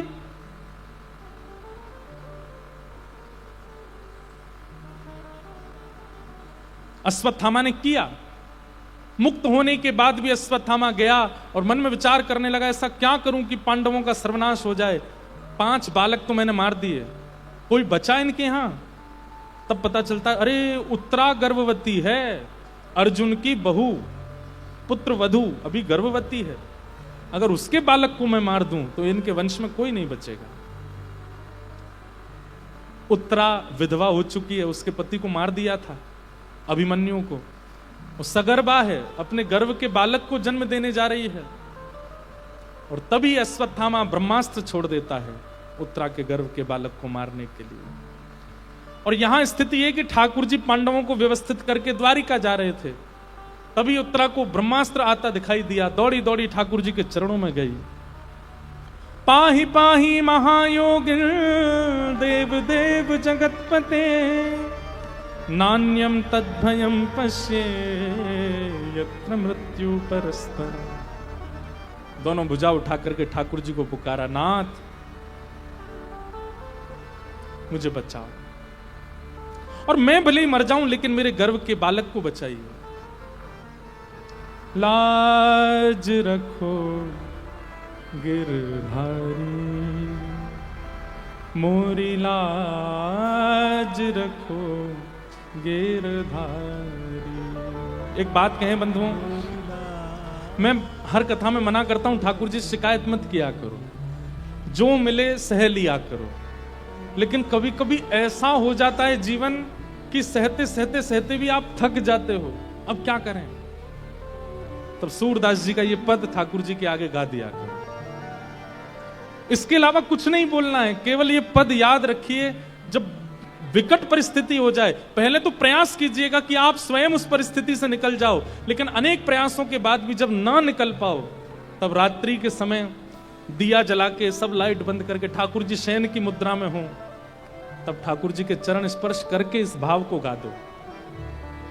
जैसी लाज राखी अर्जुन की, जैसी लाज राखी अर्जुन की, जैसी लाज राखी अर्जुन की, जैसी लाज राखी अर्जुन की। भारत युद्ध पछारी,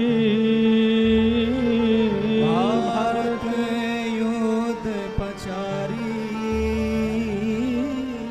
सारथी हो के रथ को हाँक्यो, सारथी हो के रथ को हाँक्यो, सारथी हो के रथ को हाँक्यो, सारथी हो के रथ को हाँक्यो, चक्र सुदर्शन धारी, भक्त की एक न तारी, मोरी लाज रखो गिरधारी, मोरी लाज रखो गिरधारी। और जैसी लाज राखी द्रौपदी की, जैसी लाज राखी द्रौपदी की। बंधुओं,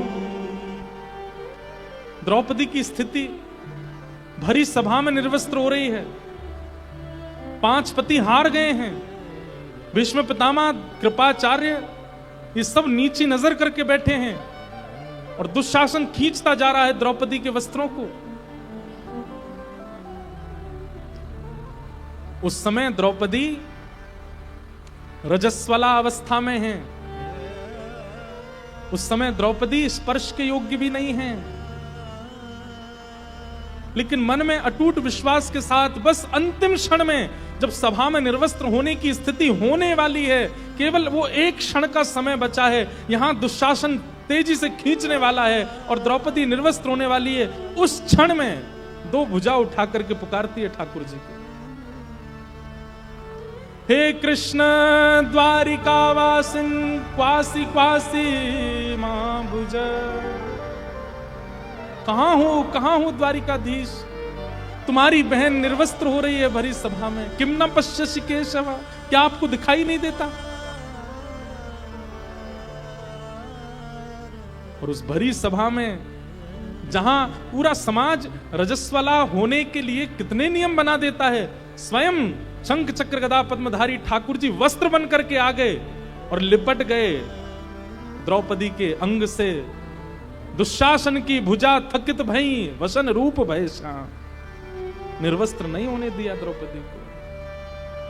जैसी लाज राखी द्रौपदी की, जैसी लाज राखी द्रौपदी की। होन ना दीनी उघारी, होन ना दीनी उघारी।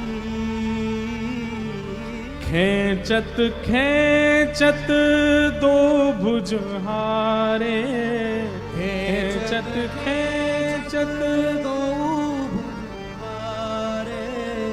दुशासन पचधारी, हाँ चीर बढ़ायो मुरारी। मेरी लाज रखो गिरधारी, मोरी लाज। और अंतिम पंक्ति बड़ी अद्भुत है इस पद की। सूरदास की लाज रखो प्रभु, सूरदास की लाज रखो प्रभु। सूरदास की लाज रखो प्रभु, सूरदास की लाज रखो। अब को है रखवारी, अब को है रखवारी। अभी तक तो ठाकुर जी से प्रार्थना कर रहे थे, अर्जुन का नाम लेकर के, द्रौपदी का नाम लेकर के ठाकुर जी से प्रार्थना कर रहे थे, लेकिन अब भी जब ठाकुर जी नहीं आए तो सूरदास जी पूरा पद गाते गाते अंत में अपनी प्रार्थना की स्थिति बदल देते हैं। और अभी तक ठाकुर जी से प्रार्थना करते करते सूरदास जी मन में विचार करते हैं, अरे मैं किससे प्रार्थना कर रहा हूं? अरे मैं ब्रज वृंदावन में बैठा हूं, यमुना के तट पर बैठा हूं, यहां ठाकुर जी थोड़ी आएंगे रक्षा करने के लिए। तब क्या गाते हैं? राधे राधे सुमिरन प्यारे, राधे राधे सुमिरन श्री राधे राधे सुमिरन प्यारे, राधे राधे सुमिरन प्यारे, श्री वृषभानु दुलारी, मैं शरण में आयो तिहारी। श्री वृषभानु दुलारी, और मैं शरण। जैसे ही राधे राधे सुमिरन प्यारे श्री वृषभानु दुलारी, जैसे ही सूरदास जी ने गाया, इतने में ठाकुर जी प्रकट होकर के हाथ पकड़ लियो। अरे मैं आ तो गयो, तू किशोरी जी को श्रम काई को दे रहो है। सूरदास जी बोले, जब तक किशोरी जी को नाम नहीं लियो जाए आप आओ ही नहीं हो, या हमारे किशोरी जी को स्मरण करना पड़ो।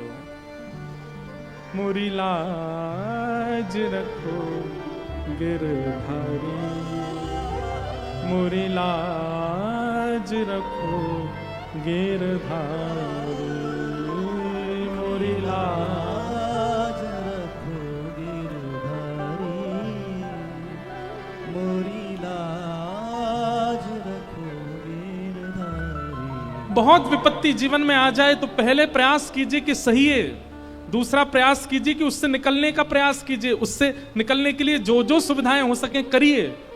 और तब भी कोई आस ना दिखती हो तब भी शिकायत नहीं करनी है, इस पद को ठाकुर जी से कहना है बस।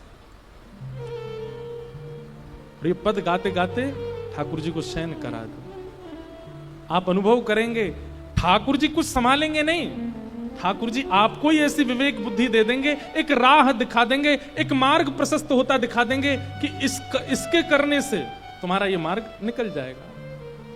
और ठाकुर जी अनुभव करा देंगे। फिर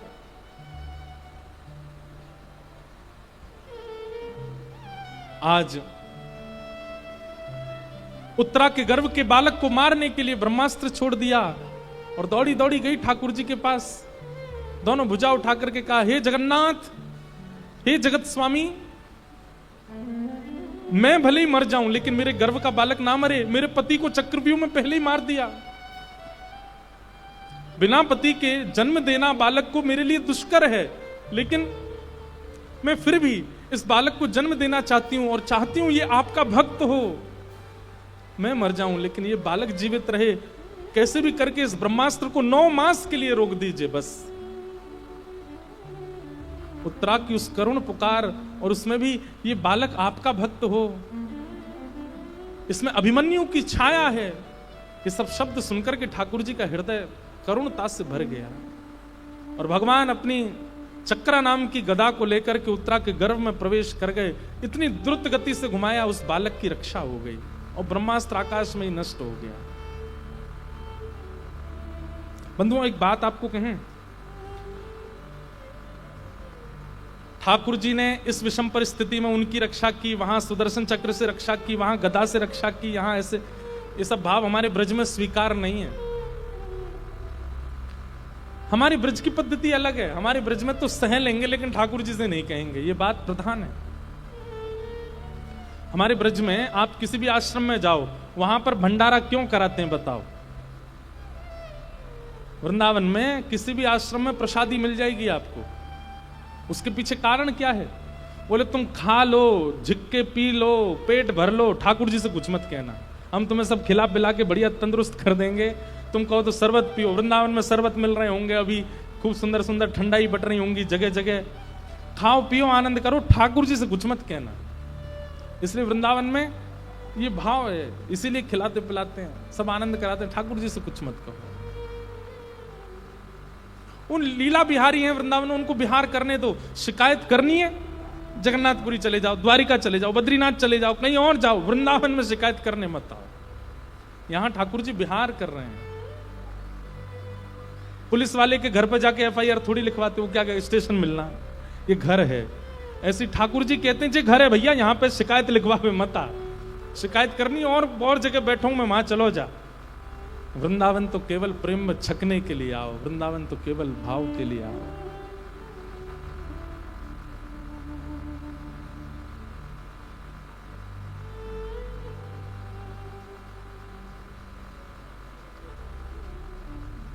वृंदावन में तो जाके शाम उरहेर राधे राधे राधे तेरे जाके श्यामपुर रे राधे राधे राधे हे बांसुरी में बेर बेर करे नाम से रमण बांसुरी में बेर बेर करे नाम से रमण मन भूल मत जइयो राधा रानी के चरण मन भूल मत जइयो राधा रानी के चरण।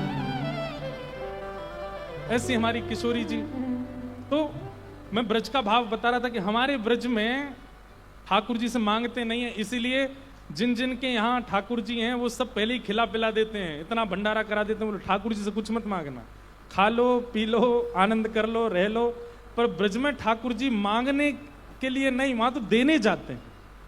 ब्रज में मांगवे ना जामे, ब्रज में तो देवे जामे, ठाकुर जी को देवे जामे, प्रेम देवे जामे, आशीष देवे जामे, सुख देवे जामे, आनंद देवे जामे। ब्रज मांगने की वस्तु नहीं है।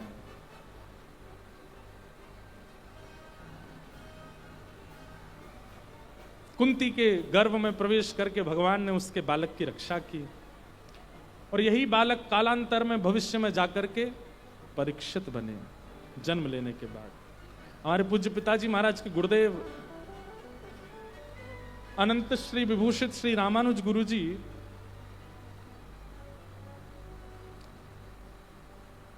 वे निवेदन करते हैं कि ठाकुर जी इतने बालक मां के गर्भ में नष्ट हो जाते हैं, ठाकुर जी सबकी रक्षा तो नहीं करते, इस बालक की रक्षा के लिए ठाकुर जी गर्भ में क्यों गए?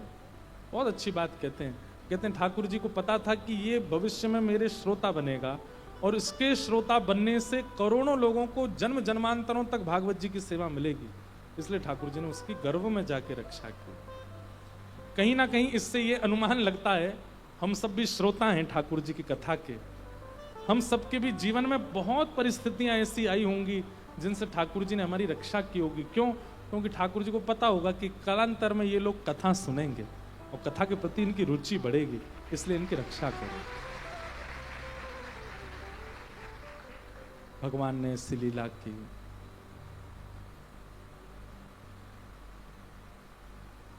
लेकिन इस छवि को कोई नहीं पहचान पाया कि ठाकुर जी ने गर्भ में जाके रक्षा की, सिवाय एक के। कौन? कुंती।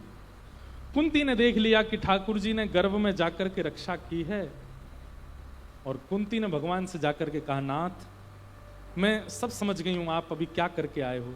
ठाकुर बोले, क्या समझ गए? बोले, तुमने अभी गर्भ में प्रवेश करके बालक की रक्षा की, मैंने देखा। आप परमात्मा हो कि नमस्ये पुरुषम त्वाद्यम ईश्वरम प्रकृते परम अलक्ष्यम सर्वभूतानां अंतर्बहिर्वस्थितम। मैं जानती हूं कि आप साक्षात परमात्मा हो। कुंती ने भगवान की स्तुति गाई। कुंती की स्तुति सुनकर के ठाकुर जी हर्षित हुए। कुंती की स्तुति में एक बात है, मैं पहले कथा में इसको बहुत कहता था, बहुत दिन से नहीं कहा, आज कहूं। कुंती की स्तुति में एक शब्द ऐसा है जिस शब्द से ठाकुर जी बहुत रीझ गए, और वो शब्द क्या है?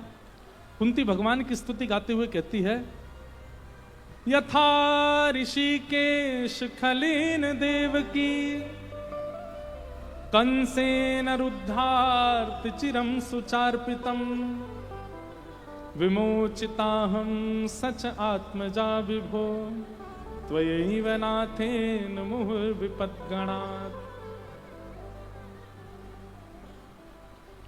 इस स्तुति में एक शब्द है। पूरी स्तुति का अर्थ यह है कि कुंती माता कहती हैं कि हे नाथ, आप अपनी मैया देवकी से भी ज्यादा मुझसे प्रेम करते हो, ये मैं जानती हूं। भगवान बोले, आप ऐसा कैसे कह सकती हो कि मैं अपनी मां से ज्यादा आपसे प्रेम करता हूं? तो कुंती कहती है कि आपसे पहले आपकी मां ने 6 बालकों को जन्म दिया था, लेकिन आपने उन 6 बालकों की रक्षा नहीं की। कंस ने सबको मार दिया। 7वें बालक के रूप में बलराम जी आए, जो कि गोकुल प्रस्थान कर गए। लेकिन मेरे 5 बालकों की आपने ऐसे रक्षा की जैसे कोई साथ में छाया रहती हो। इससे यह बात स्पष्ट होती है कि आप मुझे देवकी से ज्यादा प्रेम करते हो। एक बात कहें, ठाकुर जी से ये बात कहते रहा करो, और किसी से नहीं, ठाकुर जी से। क्या कहते रहा करो? आप मुझसे बहुत प्रेम करते हैं, मुझे पता है। नित्य अपने ठाकुर जी की सेवा करने के बाद, आरती पूजा वंदन करने के बाद, नाम जप आदि से निवृत्त होने के बाद, अपने काम पे जाने से पहले ठाकुर जी को बोला करो, हम आपसे बहुत प्रेम करते हैं। तो सब कहते हैं, आप बोलो, आप मुझसे बहुत प्रेम करते हैं, मुझे पता है। किसी दिन ठाकुर जी पूछ बैठेंगे, कैसे पता कि मैं तुमसे प्रेम करता हूं? अरे रात में भोजन मिलता है, कौन बनाता? आप ही तो देके जाते हो। रात में सोने को मिलता है, सुबह उठ जाते हैं, चाय मिलती है, स्नान ध्यान करके तैयार होकर आपकी सेवा करके ऑफिस जाते हैं, पैसा मिलता है। ये सब आपकी, मतलब जो प्राप्त हो रहा है उसको पर्याप्त मान के ठाकुर जी से कहो आपकी बड़ी कृपा है। अगर इस सभागृह में कोई ऐसा व्यक्ति बैठा जिसको ज्यादा नहीं मिलता, जितना मिलता उसका भी ठाकुर जी से कहो बड़ी कृपा है आपकी। क्यों? 3 दिन से भूखा था, लेकिन आज सुबह चाय बिस्किट मिले मुझको आपकी कृपा से। आपकी बड़ी, आप मुझसे बहुत प्रेम करते हो। ये विश्वास चित्त में जागृत कर लो कि ठाकुर जी आप मुझसे बहुत प्रेम करते हो। इस विश्वास से ही बहुत कुछ अनुभव होने लगेगा आपको। हम संशय में रहते हैं कि ठाकुर जी हमारे भाव स्वीकार करते होंगे कि नहीं, हमारी प्रेम लक्षणा भक्ति से प्रसन्न होते होंगे कि नहीं, हमारे इस भाव से उनको कोई बुरा तो नहीं लगता होगा, आदि आदि ये भाव हमारे चित्त में आते हैं। आज से परिवर्तित करो। अब ठाकुर जी से कभी नहीं सोचना कि ये हमसे दुखी हैं, नाराज हैं, हम गिर गए, पाम टूट गया। ठाकुर जी से कहो, ठाकुर जी आप मुझसे बहुत प्रेम करते हो। मैं गिरा तो था, पाम ही टूटा, नाक नहीं टूटी मेरी। आप बहुत प्रेम करते हो मुझसे। मैं गिरा तो था, हाथ में फ्रैक्चर हुआ, सिर नहीं फूटा मेरा, इसका मतलब आप प्रेम तो करते हो मुझसे। मैं गिरा तो था, सिर में चोट तो लगी, लेकिन याददाश्त नहीं गई मेरी, आप प्रेम तो करते हो मुझसे। आप कहोगे जब याददाश्त चली जाए तो फिर तो बोले ही नहीं पाओगे ना, फिर तो सब चले ही जाएगा, फिर क्या बोलोगे? लेकिन तब भी ठाकुर जी प्रेम करते हैं। ये विश्वास चित्त में हमेशा रखो कि ठाकुर जी आपसे बहुत प्रेम करते हैं। यह भी एक भक्ति का स्वरूप है। लेकिन 2 दिन के भक्त के अंदर ये बात नहीं आनी चाहिए, 2 दिना की भक्ति में ही आ जाए कि हाँ ठाकुर जी मुझसे बहुत प्रेम करते हैं। बहुत दिन तक जब ठाकुर जी के स्मरण में रहे हों, बहुत दिन तक त्याग में जीवन जिया हो, खूब भक्ति की हो, उसके बाद चित्त में ये विश्वास प्रकट कर लो ठाकुर जी मुझसे बहुत प्रेम करते हैं। आप लोग तो ये भी कह सकते हो हमसे बहुत प्रेम करते हैं। हम वृंदावन नहीं जा पाते, लेकिन हर साल उल्लासनगर में वृंदावन आ जाता है, हमसे बहुत प्रेम करते हैं। आप तो इस भाव में भी स्वीकार कर सकते हो। तो ये बात याद रखिएगा, जो लोग एकादशी नियम करते हैं, तुलसी नियम करते हैं, नाम जप करते हैं, गुरु निष्ठा से रहते हैं, कथाएं श्रवण करते हैं, आज के बाद हम छूट दे रहे हैं, आप ठाकुर जी से खुले कहा करो आप मुझसे बहुत प्रेम करते हो। आप प्रेम करते हैं तभी तिलक विराज रहा है, आप प्रेम करते हैं तभी कंठी विराज रही है, आप प्रेम करते हैं तभी एकादशी के लिए मन होता है, आप प्रेम करते हैं तभी कथा सुनने को मन होता है, आप प्रेम करते हैं इसलिए वृंदावन जाने का मन है। आप मुझसे बहुत प्रेम करते हो। ये बात हम कहां से सीख रहे हैं? कोई कहे आपको टोके, टोकने लायक छोड़ो नहीं, किसी को बताना ही नहीं जो आपको टोके। लेकिन फिर भी कोई कह दे कि अब बताओ तुम ठाकुर जी से कहते हो कि आप हमसे बहुत प्रेम करते हो, किसी से सुना? हाँ सुना। किससे? कुंती से। कुंती कह रही है भगवान से कि आप मुझसे बहुत प्रेम करते हो, आप मुझसे बहुत प्रेम करते हो। हमारी एक खबर पहुंचा दो भैया यहां बाहर कि जो लोग बाहर खड़े हैं वो वहीं बैठ जाएं। अगर व्यास मंच की बात मान के वहीं बैठ जाएं तो कम से कम सुन तो लेंगे। अंदर आने की होड़, जगह ही नहीं अंदर। व्यासपीठ पे बैठ जाओ, हमारे कंधा पे चढ़ जाओ। और लेट आए हैं तो भाई जगह तो मिलेगी नहीं ना, वहीं बैठ जाओ। कल एक स्पीकर बाहर भी लगवा देंगे, वहीं बैठ के सुन लिया करो। क्या निवेदन कर रहा था मैं? हाँ, कुंती क्या कहती है? आप मुझसे बहुत प्रेम करते हो। भगवान बोले ये पहली बार सुना मैंने कि कोई भक्त कह रहा है कि आप मुझसे बहुत प्रेम करते हो। ठाकुर जी को अच्छा लगा सुन करके। लेकिन कुंती की स्तुति में एक शब्द ऐसा है जिससे ठाकुर जी बहुत प्रसन्न हुए। क्या? त्वयैव नाथेन मुहुर विपद्गणात्। त्वयैव नाथेन। कुंती भगवान से कहती है कि ये मैं कह चुका हूं कई बार कथा में, हम क्या कहते हैं?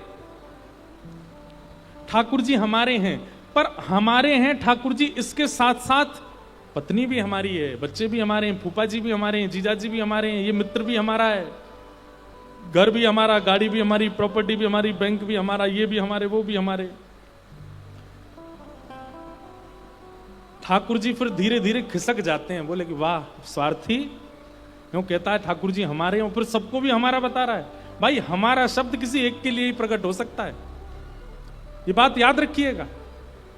सब आपके नहीं हो सकते। अगर 50 लोगों को आप अपना बता रहे हो तो वो आसक्ति है। 50 लोगों को अगर आप अपना मानते हो, 50 वस्तुओं को आप अपना मानते हैं, वो सरासर आसक्ति है। ये अपनत्व का भाव एक के प्रति प्रकट होगा। वो गुरु भी हो सकते हैं, वो ठाकुर जी भी हो सकते हैं, वो धाम भी हो सकता है, वो नाम भी हो सकता है, वो लीला भी हो सकती है, पर हमारे हैं ये शब्द तो एक के लिए होगा बस।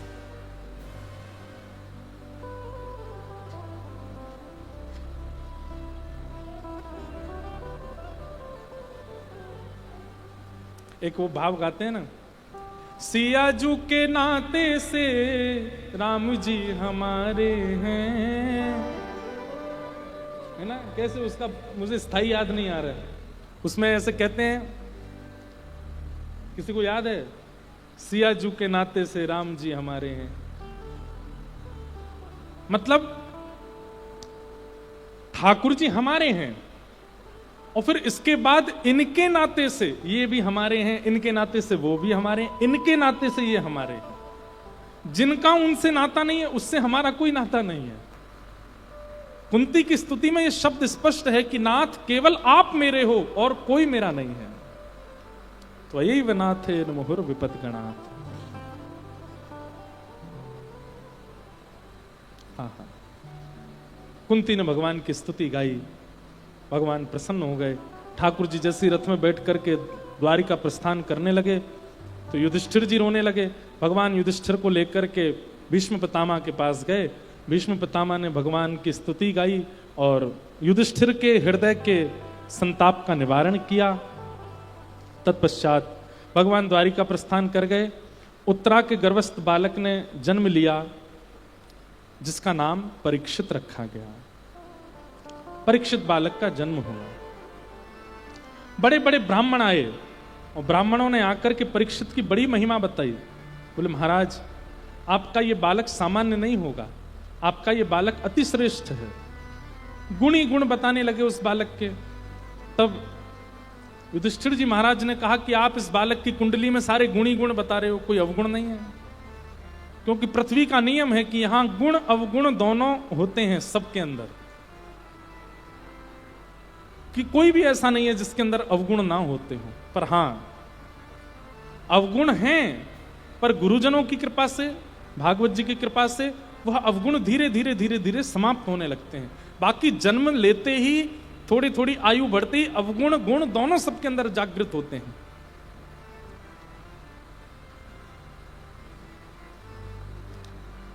पांडवों ने कहा आपने इस बालक में केवल गुण बताए, कोई अवगुण नहीं है। तब ब्राह्मणों ने कहा एक अवगुण है। क्या? कि तक्षकादात्मनो मृत्युम द्विजपुत्रोपसर्जिता प्रपत्स्यत उपश्रुत्य मुक्त संग पदम हरे। महाराज इस बालक की मृत्यु तक्षक सर्प के दंशन से होगी, और तक्षक सर्प ब्राह्मणों के अपमान के बाद ही डसता है। युधिष्ठिर घबरा गए, बोले कि हमारे कुल का दीपक ब्राह्मणों का अपमान करेगा। बोले कुछ तो कारण ऐसा बनेगा जिससे इसके द्वारा ब्राह्मणों का अपमान होगा और तक्षक सर्प के दंशन से इसकी मृत्यु होगी। लेकिन आप चिंता मत करो, किसी सदगुरु के जीवन में आने के बाद प्रपत्स्यता उपश्रुत्य मुक्त संग पदम हरे, इसको भगवत चरणार बिंदों की प्राप्ति हो जाएगी। एक बात बंधुओं लिख लीजिएगा, हरि प्रसन्न होत तो वैकुंठ देत, हरि प्रसन्न होत वैकुंठ देत, पर हरिजन प्रसन्न हो तो हरि को देत। समझ में आई बात? ठाकुर जी प्रसन्न होते हैं तो वैकुंठ मिलता है, लेकिन कोई हरिजन प्रसन्न हो जाए तो ठाकुर जी मिल जाते हैं। और वो बात का प्रमाण यहां हुआ। हमारे बड़े बुजुर्ग भी कहते हैं, और ऐसा मैंने कई लोगों से, विद्वानों से भी सुना, कि किसी जीव के द्वारा जब आप, किसी जीव के द्वारा किसी व्यक्ति की मृत्यु होती है, तो ये बात निश्चित है कि वो स्वर्ग या वैकुंठ नहीं जाएगा। समझ में आई बात? मान लो गधा ने ही लात मार दी, और लात ही मुंह पे ऐसी जगह पड़ी कि पधार गए। तो जीव के द्वारा अगर मृत्यु होती है तो वैकुंठ या स्वर्ग की प्राप्ति नहीं होती, मतलब पुनर्जन्म लेना पड़ेगा। और उसमें भी सर्प के द्वारा यदि किसी व्यक्ति की मृत्यु होती है तो ये 100% श्योरिटी होती है कि इसको भगवत दर्शन नहीं होंगे, भगवत धाम की प्राप्ति नहीं होगी। अकाल मृत्यु कई कारणों से होती है, सड़क हादसे में भी हो जाती है, आदि आदि कारण बहुत सारे हैं। उस पर उन सब के लिए इतना प्रधानता नहीं है, कहते तो उसमें भी हैं, पर फिर भी ऐसी कोई योजना उसमें नहीं बताई गई है। पर जीव के द्वारा जब कोई व्यक्ति मरता है तो कहते हैं उसको भगवत धाम की प्राप्ति नहीं होती। परीक्षित का तक्षक सर्प के डंसन से मरना पांडवों के लिए बहुत चिंता का विषय बन गया कि हमारे कुल का दीपक एक जीव के द्वारा मारा जाएगा, वो भी तक्षक सर्प, जो कि बिना ब्राह्मणों के अपमान के काटता ही नहीं है। लेकिन तभी ब्राह्मण क्या कहते हैं, प्रपत्स्यता उपश्रुत्य मुक्त संग पदम हरे। तक्षक सर्प के डंसन से आपके इस बालक की मृत्यु होगी, लेकिन इसके जीवन में एक हरिजन आएंगे, इसके जीवन में एक भगवत भक्त आएगा, और वो भगवत भक्त अपनी वाणी के द्वारा तक्षक सर्प के डंसन से होने वाले दोष को मिटा करके इसको भगवत चरणारविंदों की प्राप्ति करा देगा। हरिजन का संग कितना आवश्यक है जीवन में, एक वैष्णव संग कितना जरूरी है जीवन में। इसलिए भैया, हरि प्रसन्न तो वैकुंठ देत, हरिजन प्रसन्न तो हरि को ही देत। इसलिए हरिजनों को रिझाओ, ठाकुर जी को मना के रखना, ठाकुर जी को रिझाने के रखना। ठाकुर जी को रिझाने से कोई विशेष अभिप्राय नहीं, ठाकुर जी के जनों को रिझाओ, ठाकुर जी के जनों को प्रसन्न रखो, उनकी खूब भाव सेवा करो, उनको खूब प्रसन्न रखो, उनसे मित्रता करो। मैं तो कहता हूं कि जैसे श्री राधा रमन लाल जी के कपाट खुलते ही सबकी भुजाएं खड़ी हो जाती हैं, श्री राधा रमन लाल की जय, सब बलैया लेने लगते हैं, सबके नेत्र अपलक हो जाते हैं, पलक झपकना भी नहीं चाहता कोई। राधा रमन जी के दर्शन खुलते ही, राधा वल्लभ जी के दर्शन खुलते ही बिहारी जी के दर्शन इतने उतावले हो जाते हैं, एक दूसरे पर चढ़ के दिख जाएं कैसे भी ठाकुर जी, और ठाकुर जी को देखते ही सबके मुखमंडल पे प्रसन्नता आ जाए, इतने खुश हो जाते हैं सब। ठीक वैसी ही प्रसन्नता हरिजनों को देख के खुश हो जाए, मन नाचने लगे, आनंदित हो जाए।